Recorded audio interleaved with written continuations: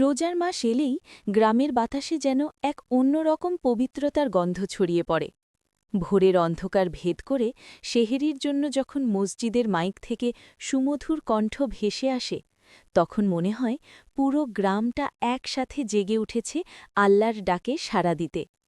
এই গল্পটা ছোট্ট এক ছেলে আরিফকে নিয়ে। আরিফের বয়স মাত্র ১২। এবারই সে প্রথম পুরো মাস রোজা রাখার সিদ্ধান্ত নিয়েছে। আগের বছরগুলোতে সে অর্ধেক দিন রেখে বিকেলে ক্লান্ত হয়ে যেত, কিন্তু এবার সে মনে মনে প্রতিজ্ঞা করেছে সে পারবেই। প্রথম রোজার অভিজ্ঞতা। সেহেরির সময় তার মা তাকে আলতো করে ডাকলেন, আরিফ, ওঠো বাবা, সেহেরির সময় হয়ে গেছে। ঘুম চোখে আরিফ উঠে বসে। বাইরে তখনও গভীর অন্ধকার। টেবিলে গরম ভাত, ডাল, ডিম ভাজি আর এক গ্লাস দুধ। খেতে খেতে সে বাবাকে জিজ্ঞেস করল, আব্বু, রোজা রাখলে এত কষ্ট হয় কেন?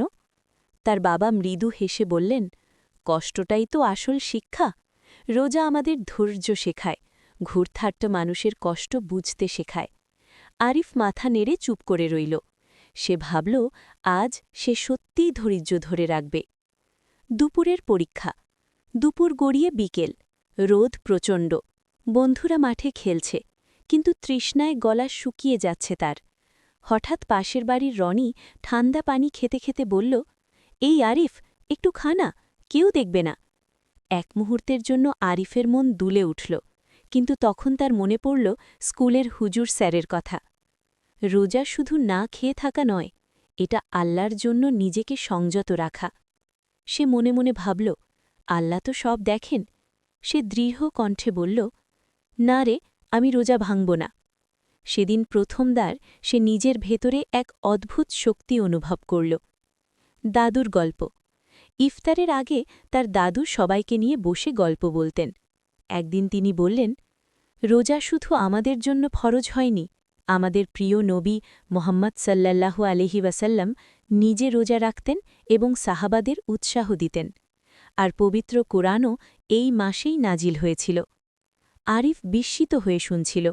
সে বুঝতে পারল, রোজার মাস শুধু না খেয়ে থাকার মাস নয়, এটা কুরআনের মাস, আত্মশুদ্ধির মাস। এক বিশেষ ঘটনা। একদিন ইফতারির ঠিক আগে আরিফ দেখল পাশের বাড়ির বৃদ্ধ চাচা একা বসে আছেন। তার বাড়িতে তেমন আয়োজন নেই। আরিফ দৌড়ে গিয়ে মাকে বলল, আম্মু, আমরা কি চাচাকে ইফতারির জন্য ডাকতে পারি? মা মুচকি হেসে বললেন, এই তো রোজার আসল শিক্ষা। সেদিন তারা খেজুর, মুড়ি, বেগুনি আর ছোলার সাথে বৃদ্ধ চাচাকে নিয়ে একসাথে ইফতার করল। চাচার চোখে পানি এসে গেল। তিনি বললেন, বাবা, আজ মনে হচ্ছে আমি একা নই। আরিফের মনে এক অপূর্ব আনন্দ জন্ম নিল। সে বুঝল, রোজা মানুষকে মানুষের কাছে নিয়ে আসে। শেষ দশকের রাত। রমজানের শেষ দশকে আরিফ তার বাবার সাথে তারাবির নামাজে যেতে শুরু করল। রাতের নিস্তব্ধতায় কুরআন তিলাওয়াত শুনে তার হৃদয় কেঁপে উঠত। সে আল্লাহর কাছে দোয়া করত, হে আল্লাহ, আমাকে ভালো মানুষ বানাও। এক রাতে বাবা বললেন, এই শেষ দশকে লাইলাতুল কাদার আছে, 1000 মাসের চেয়েও উত্তম রাত। আরিফ সেই রাতের জন্য জেগে থাকল। ছোট্ট হাতে সে দোয়া করল নিজের জন্য, পরিবারের জন্য, এমনকি পুরো পৃথিবীর জন্য। ঈদের সকাল। 1 মাস কেটে গেল। চাঁদ দেখা গেল। ঈদের আনন্দে গ্রাম মুখরিত। নতুন পাঞ্জাবি পরে আরিফ নামাজে গেল। নামাজ শেষে সে বাবাকে জড়িয়ে ধরে বলল, আব্বু, আমি পুরো মাস রোজা রাখতে পেরেছি।